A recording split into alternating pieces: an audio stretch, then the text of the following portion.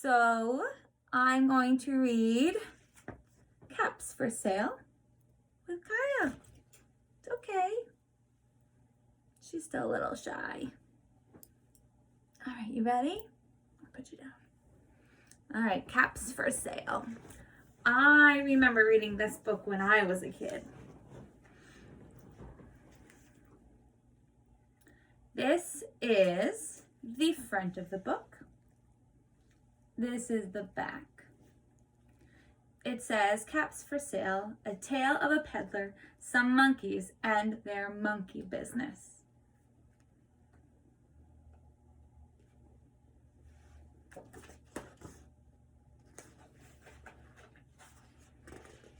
Once there was a peddler who sold caps, but he was not like an ordinary peddler. Carrying his wares on his back, he carried them on the top of his head. First, he had his own checker cap, then a bunch of gray caps, then a bunch of brown caps, then a bunch of blue caps, and on the very top, a bunch of red caps.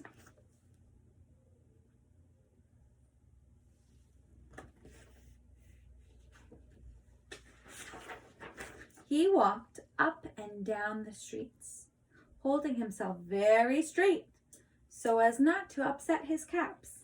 As he went along, he called, Caps for sale! Caps, caps for sale! 50 cents a cap!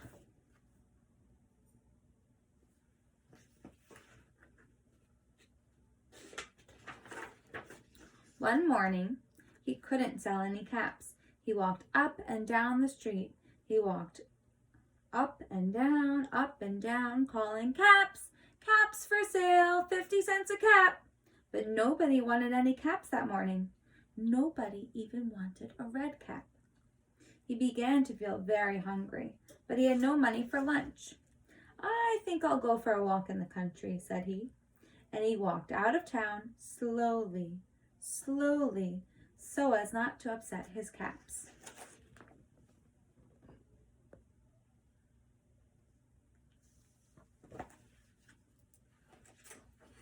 Hi, you can lay down.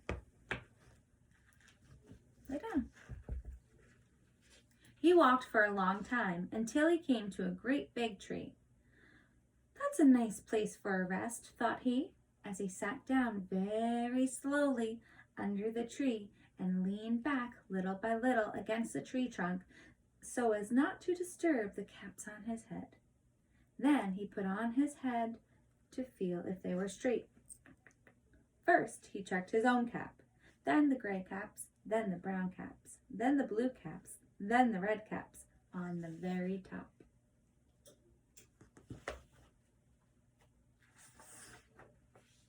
They were all there, so he went to sleep. He slept for a long time.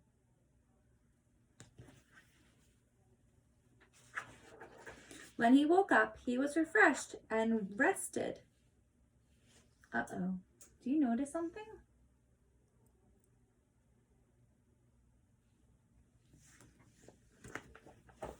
Uh-oh. But before standing up, he felt his hand to make sure his caps were in the right place. All he felt was his own checked cap. Where did the hats go?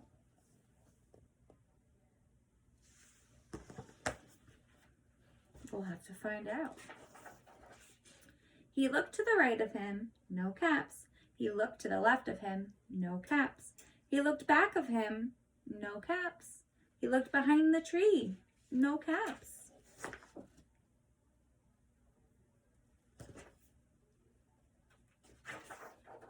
Then he looked up into the tree, and what do you think he saw?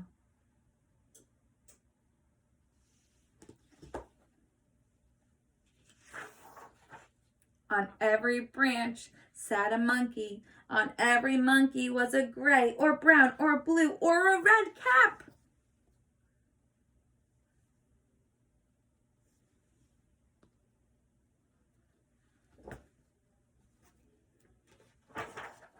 The peddler looked at the monkeys. The monkeys looked at the peddler. He didn't know what to do. Finally, he spoke to them.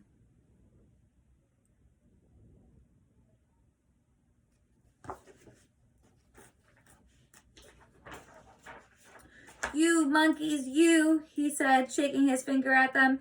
"You give me back my caps." But the monkeys only shook their fingers back at him and said, "Tss, tss, tss, tss, tss."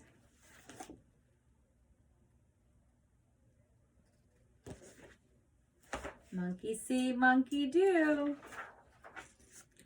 This made the peddler very angry. He shook both of his hands and said, "You monkeys, you, give me back my caps."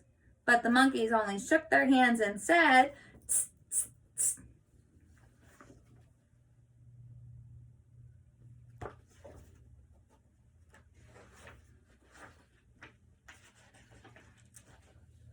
Now he felt quite angry.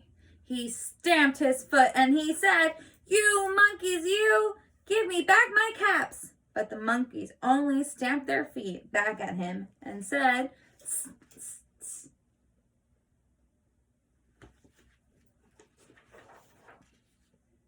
By this time, the peddler was really very, very angry. He stamped both of his feet and shouted, "You monkeys, you must give me back my caps." But the monkeys only both stomped their feet back at him and said, "Tss, tss, tss."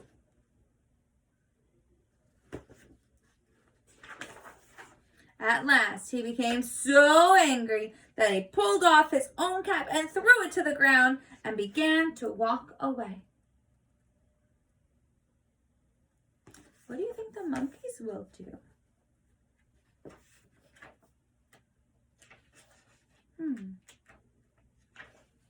But then each monkey pulled off his cap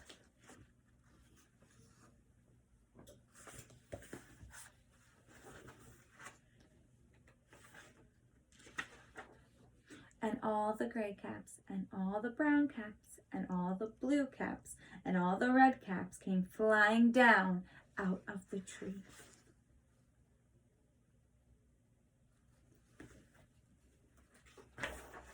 So the peddler picked up his caps and put them back on his head.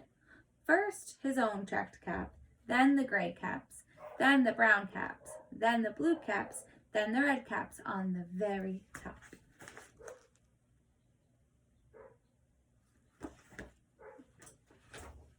And slowly, slowly, he walked back to town calling, "Caps, caps for sale, 50 cents a cap." The end.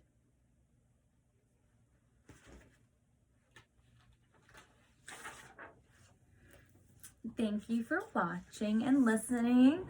I will let you see little Miss Kaya. She's been listening to the story with you. Kaya, did you like the story? Bark if you did not like it. All right, I think she liked it. Thanks for watching. Bye.